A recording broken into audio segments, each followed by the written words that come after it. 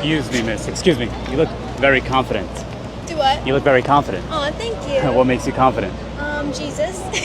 Look at you. Were you always a believer? Yeah, well, no, not really, like, for myself. Back up. I don't want to. You don't want to get hit. I, like, grew up a Christian. I'm blessed to live, like, in a Christian household, but I didn't really, like, feel it for myself until, like, going to, like, church camp and stuff and then experiencing, like, the Holy Spirit for myself. Excuse me. Excuse me. Excuse me. Sorry? What makes you confident? Jesus Christ. You are walking with such a confident walk. Thank you. It's just, I'm a Christian, so I'm gonna... Faith. Yeah, faith. How do you say how faith has helped you in life, career, personality? I would say following the words from the Holy Bible and learning His teaching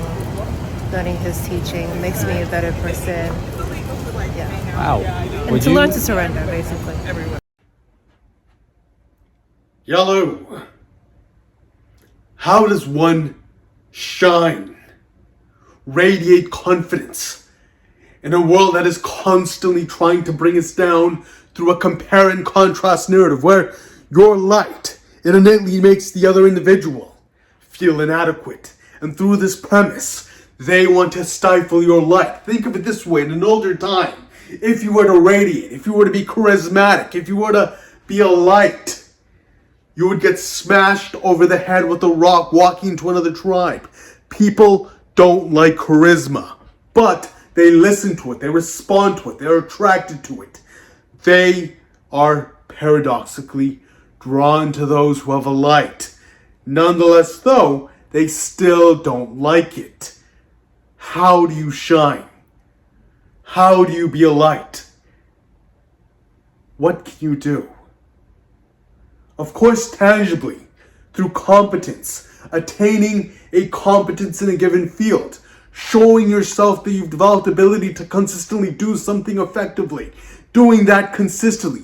You can have faith in that ability and walk with more confidence.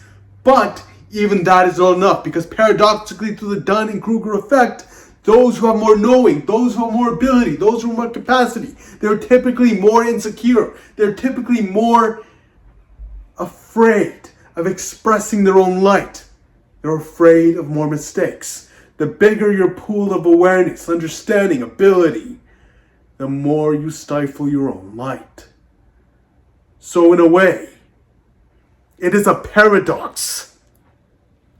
Having confidence in your ability is a paradox. It is counterintuitive to the nature of how things actually work when you understand it. Nonetheless, though, there is a way of attaining a peace that transcends all understanding. This is proof for God. In a world that is very mentally ill, in a world stifled in their confidence, stifled in their mental health, anxiety, depression, an opioid crisis plaguing the world, in a world in turmoil, people suffering everywhere, you can attain a peace beyond understanding. And you saw that with these two women here that I just showed you. You saw that. Women are twice as likely to suffer from anxiety. But with God, you can attain a peace that transcends understanding. You can have a confidence that's greater than what you could ever have experienced on your own. God will give it to you if you submit your will to Him. If you give your will to Him, you trust Him, and you try to walk the path as broken as you may be, as sick, unwell, and unable and wicked as you may be. If you try, if you give it to God,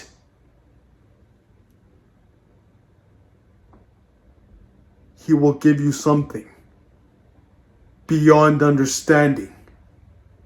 And that is proof of God, because it is your biology. You're defying your very biology, a negativity bias that constantly looks at the world with that negativity. You see so many problems everywhere you look as a byproduct of your brain. Natural adaptation, predators everywhere, lions, tigers, rodents, bacteria, death everywhere. That is what your ancestors had to go through, and that's what you've adapted into your being. A negativity bias that sees problems everywhere. to quell that chaos. You truly need something beyond understanding. It is God. God is who gives you confidence, the truest form of confidence that one can have. And there is no question about it. Those who believe, on average, it is proven, they have better life outcomes. They have more confidence. And with it, you can attract more of what you desire from this world. Even though paradoxically, that's not why you do it. You submit to His will. But through it, He gives you all you need. Yahweh, God, it's Him. And if you trust in Him, peace is what He'll give you. You will have a confidence that defies all understanding. Peace.